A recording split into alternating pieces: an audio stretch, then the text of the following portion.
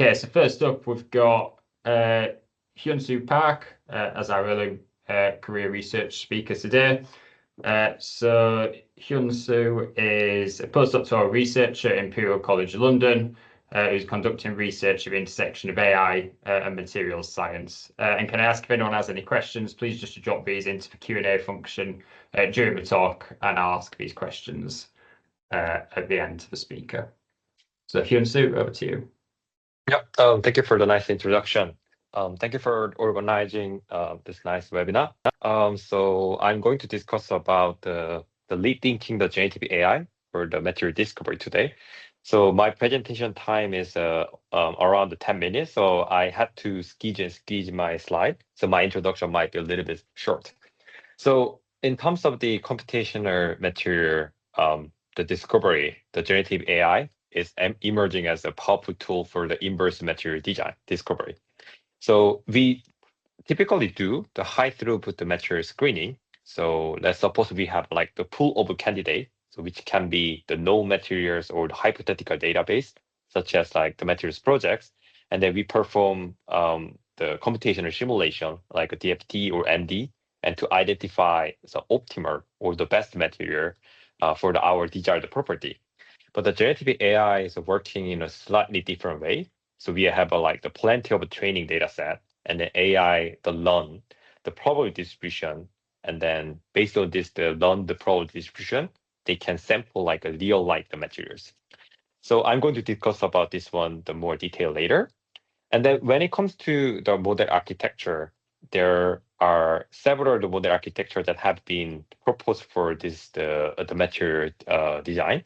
And then one of the promising architecture is the diffusion model. So denoising diffusion model. So diffusion process consists of the two processes.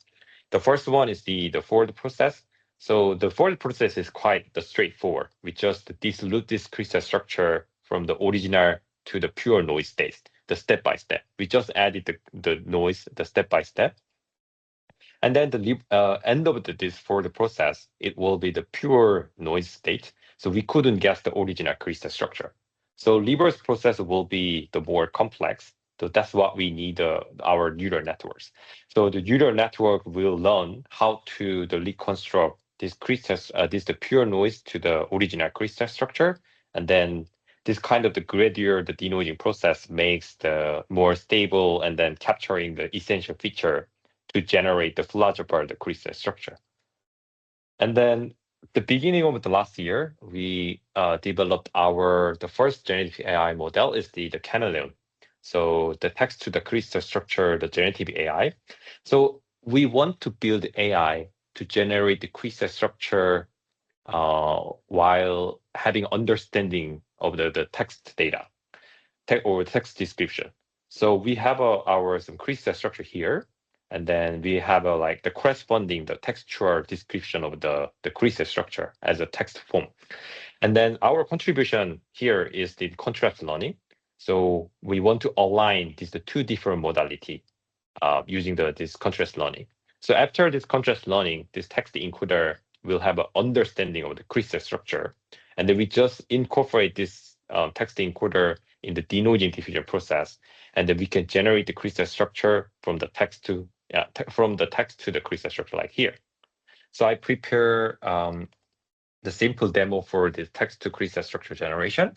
So we can input some of the text prompts like here, the crystal structure of the lithium mangan oxide with the also rhombic. And then we can set up the number of atom and then set up the number of sample we are going to sample. And then this is the denoising process. So it's going to take some time. Yeah, so I think I might need to make it more fast like here. Yeah, and then we can sample the crystal structure from the text like here. So which was cool, but one thing that we noticed over this project, so there is fundamental objective misalignment between the generative modeling and then the material discovery. So let's have a look at the objective of the generative modeling. The objective is to learn the tractable, the probability distribution from the training data set. So let's suppose we have the training data set here, and then we can assume the data distribution, the P data. And to approximate this, we can introduce the model distribution, this p theta, and the theta represent the learnable parameter, which is the weight of the neural networks. So the ultimate goal of this training is to minimize the discrepancy between this p data and the p theta. So making this this model distribution as close as the data distribution. So if we find the optimal ideal the model parameter like theta, and then this model distribution literally just follow this data distribution.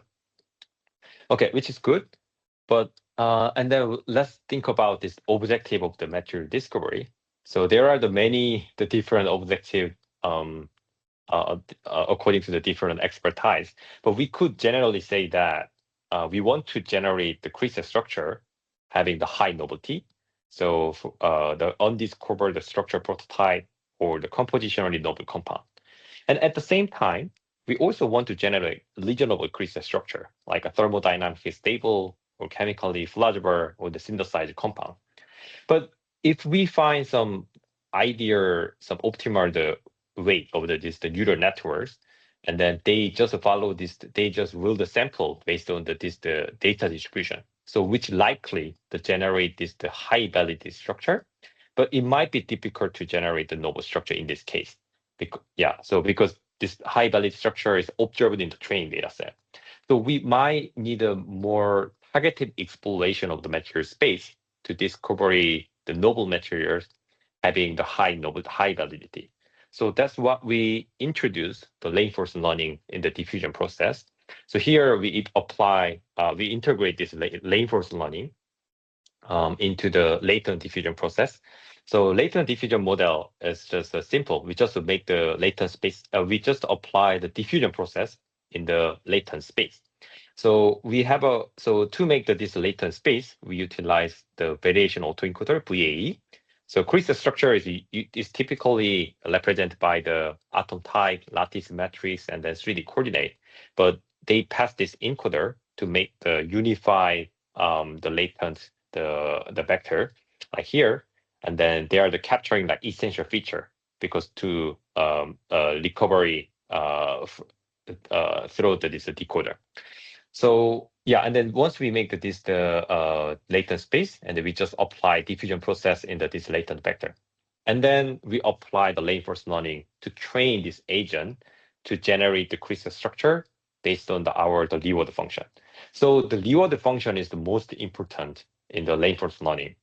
So in our case, we designed the 3 verifiable reward for to achieve the material discovery. So here, the verifiable reward represent numerically the computed.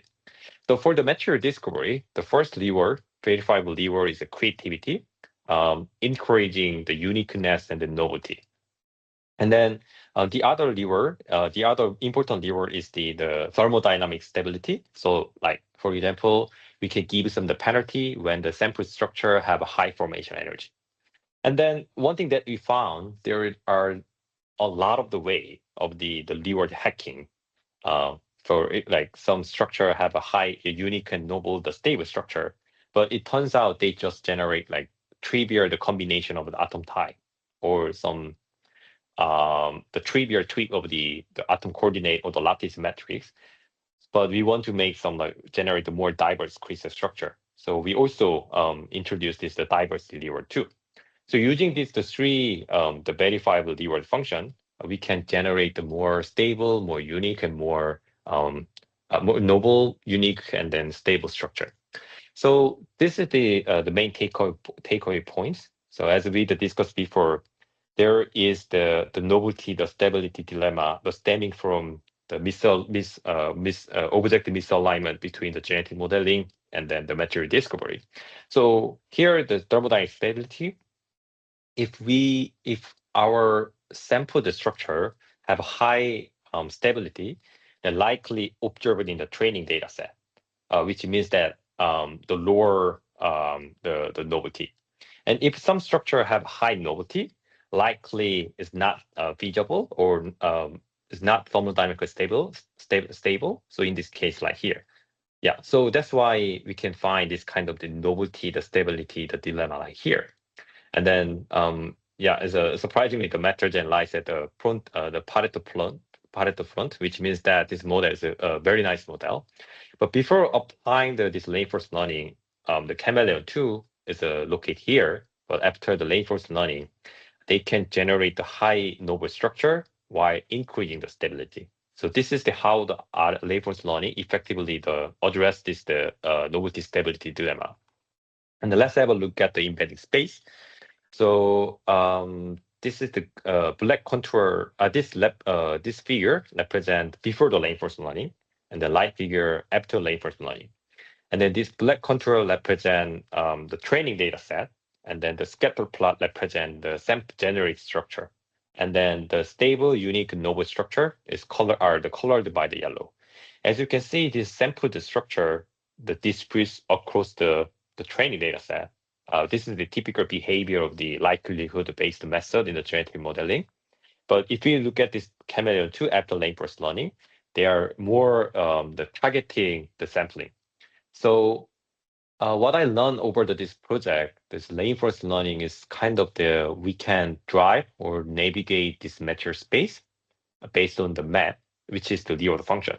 So if we can make some elaborate or proper the reward function, and then we can discover like some of the materials which satisfy some scientific objective. So in our GitHub repo, there is the tutorial. So how do we build the verifiable reward for us? So in this tutorial, cover from the simple reward function to the multi-objective function and the more complex the property optimization. So if someone interested in this chameleon 2 and reinforcement learning, then feel free to explore our documentary. Yeah, and then thank you for the Professor our Walsh and our group. And then thank you for the Professor Jian Kim's group, my PhD group. And then thank you for my collaborator, the Anthony, the Masahiro, and the Yuhan, and the Jungil. And then thank you for the listening.